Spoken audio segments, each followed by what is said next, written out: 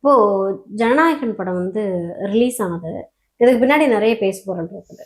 So நீங்க சொன்னீங்க விஜய் அவர்கள் மேபி அதனால தான் பேசாம போயிருக்கலாம் காரைக்குடியில அப்படின்னு. ஆனா இது ஆனா வரைக்கும் அவர் அப்செட் அப்படின்றது எனக்கு இல்ல கான்கிரீட்டா அதுக்கப்புறம் யாரு பண்றான்னு தெரியுது. இன்னார் பண்றாங்க அப்படின்னு தெரிஞ்ச பிறகு அதான் சொல்ல உங்களுக்கு நான் சொல்லி தெரிய வேண்டியதில்லை யார் பண்றாங்க அப்படின்றத.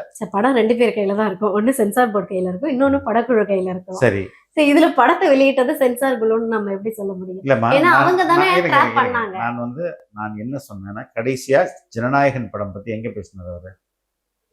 திருநெல்வேலியில பேசினார். என்னன்னு பேசினாரு?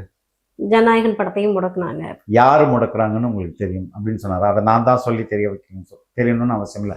அந்த யாரு முடக்குறாங்கன்னு யாரு உங்கள்கிட்ட கேட்குறேன். உங்களுக்கு நீங்க எப்படி புரிஞ்சிருக்கீங்கன்னு கேட்கறதுக்காக. அதுதான் ஜனநாயகன் படத்தையும் முடக்குனாங்க. யார் முடக்குனதுன்னு உங்களுக்கு தெரியும். அந்த யாருன்றது யாரு? அதான் என்னுடைய கேள்வி.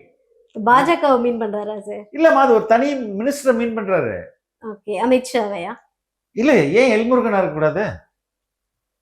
எல்முருகன் எந்த துறைக்கு அமைச்சரா இருந்தாரு? இது மீடியா தான் சார்.